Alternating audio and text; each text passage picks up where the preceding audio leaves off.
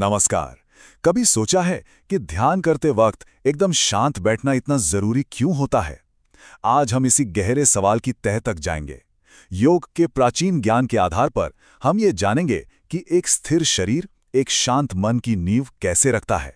तो सवाल यही है कि मन को शांत करने के लिए शरीर का स्थिर होना वाकई इतना जरूरी है? और इसका जवाब है हाँ, बिल्कुल जरूरी है। जरा सोचिए, ध्यान में बैठे हैं और शरीर में हल्की सी भी बेचैनी हुई, जैसे कोई खुजली या अकड़न, बस मन तो गया काम से। और यही तो ध्यान की सबसे बड़ी चुनौतियों में से एक है। तो आज का हमारा सफर कैसा रहेगा? सबसे पहले तो समझेंगे कि लक्ष्य क्या है, फिर देखेंगे शरीर को तैयार कैसे करना है, कुछ क्लासिक आसनों पर बात करेंगे, और फिर ये भी जानेंगे कि हर किसी के लिए कौन सा आसन सही है, और आखिर में एक महान गुरु की सलाह पर भी गौर करेंगे। चलिए तो शुरू करते हैं हमारे पहले पड़ाव से, ध्यान के लिए स्थिरता। सबसे पहले तो ये समझना जरूरी है कि हमारा मकसद क्या है, और एक सही पोस्चर, एक सही मुद्रा इस पूरी यात्रा का पहला और सबसे जरूरी कदम आखिर है क्यों? देखिए, पुराने योग ग्रंथों में साफ साफ लिखा है, सफल ध्यान की पहली शर्त है एक स्थिर शरीर और सीधी रीढ़। यहां लक्ष्य किसी मुश्किल आसन में मास्टरी करना नहीं है। असल मकसद तो एक ऐसी आरामदायक पोजीशन ढूंढना है जिसमें शरीर घंटों तक बिना हिले डुले, बिना किसी तकलीफ के रह सके। क्योंकि जब शरीर पत्थर की तरह स्थिर हो जाता है ना, तभी मन को भी शांत होने का मौका मिलता है। लेकिन सवाल ये उठता है कि क्या कोई भी बस सीधा जाकर इन आसनों में बैठ सकता है? ज्यादातर लोगों के लिए इसका जवाब है नहीं। शरीर को पहले तैयार करना पड़ता है, उसमें थोड़ा लचीलापन लाना पड़ता है। तो चलिए देखते हैं वो कौन सी एक्सरसाइजेज हैं जो हमें इसके लिए तैयार करती हैं। तो सीधी मेन आसन में बैठने से पहले शरीर को धीरे धीरे खोलना, उसे वार्म अप करना बहुत जरूरी है। और जो हमारे सोर्स ग्रंथ हैं वो कुछ बेहतरीन वार्म अप्स बताते हैं, जैसे कि अर्ध तितली और पूर्ण तितली जो हिप्स को फ्लेक्सिबल बनाते हैं, और कौवा चाल जो एंकल्स और घुटनों को तैयार करती है। अब इन वार्म अप एक्सरसाइजेज में से एक बहुत खास है, पशुओं की शिथिलीकरण क्रिया। ये आसन खास तौर पर कूल्हों और पीठ के निचले हिस्से के टेंशन को निकालने के लिए बनाया गया है, और ये वही जगह हैं जहां लंबे समय तक बैठने से सबसे ज्यादा अकड़न आती है। अच्छा, तो जब एक बार शरीर वार्म अप से तैयार हो जाता है, तब हम आगे बढ़ सकते हैं उन क्लासिक ध्यान आसनों की तरफ जिन्हें एक मजबूत और स्थिर अभ्यास की नींव माना जाता है। और जब भी ध्यान के आसनों की बात होती है तो सबसे पहला नाम किसका आता है?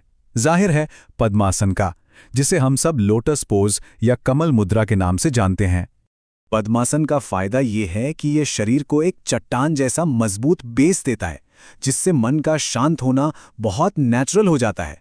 ये पेट के अंदरूनी अंगों में ब्लड सर्कुलेशन को भी बेहतर बनाता है। लेकिन हाँ, एक बहुत ज़रूरी बात, जिन लोगों को साइटिका की तकलीफ है उन्हें इस आसन से बचना चाहिए। पद्मासन के बाद एक और बहुत ही पावरफुल आसन आता है, सिद्धासन। जो हमारे सोर्स ग्रंथ हैं उनमें इसे खास तौर पर पुरुष अभ्यासियों के लिए रिकमेंड किया गया है, और इसे सिद्ध मुद्रा भी कहते हैं, मतलब मास्टर्स का पोज। देखिए, इस आसन का सबसे बड़ा फायदा ये है कि ये पूरे नर्वस सिस्टम को एकदम शांत कर देता है, और साथ ही ये शरीर की ऊर्जा को नीचे की तरफ बहने से रोककर ऊपर की ओर मोड़ता है, जिससे ध्यान और भी गहरा होता है। यहां भी वही बात लागू होती है, साइटिका की समस्या वाले लोगों को सावधानी बरतनी चाहिए। लेकिन अगर पद्मासन या सिद्धासन जैसे आसन बहुत ज्यादा मुश्किल लगें तो क्या करें? घबराने की कोई जरूरत नहीं है। अच्छी बात यह है कि योग में हर तरह के शरीर और हर लेवल के अभ्यासी के लिए कोई ना कोई आसन जरूर है। जैसे सिद्धासन पुरुषों के लिए बताया गया है, ठीक उसी तरह सिद्ध योनि आसन को महिलाओं के लिए इसका काउंटर पार्ट बताया गया है। ये भी स्थिरता लाने और नर्वस सिस्टम को बैलेंस करने के लिए उतने ही फायदे देता है। अच्छा, एक और बहुत बढ़िया ऑप्शन है स्वस्तिक आसन। अब ये देखने में काफी कुछ सिद्धासन जैसा ही लगता है, लेकिन इसमें एक बहुत ही छोटा सा पर जरूरी फर्क है।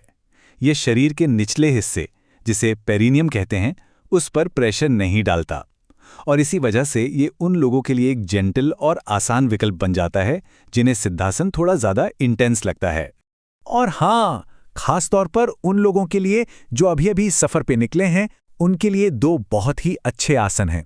पहला है सुखासन, जैसा कि नाम ही बताता है, आसान मुद्रा, और दूसरा है अर्ध पद्मासन यानी आधा कमल, जो आपको धीरे धीरे फुल लोटस पोज के लिए तैयार करता है।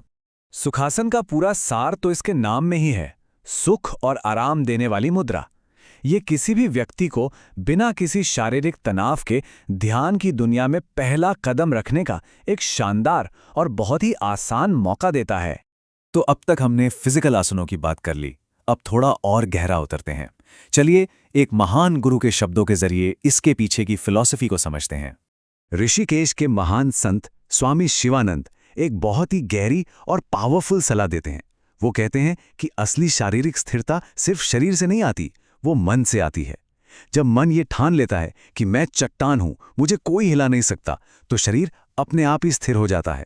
तो सवाल ये है कि असली मास्टरी, असली महारत कब मिलती है?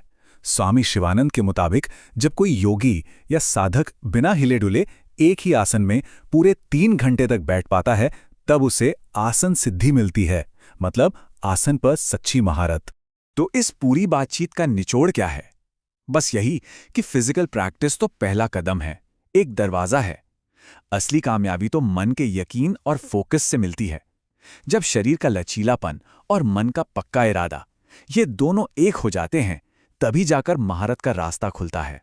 तो आखिर में यह सवाल जरूर सोचने लायक है, क्या ये मुमकिन है कि मन की गहरी शांति और ध्यान की उस महान यात्रा का जो सबसे पहला और सबसे जरूरी कदम है, वो बस ठीक से बैठना सीखना हो?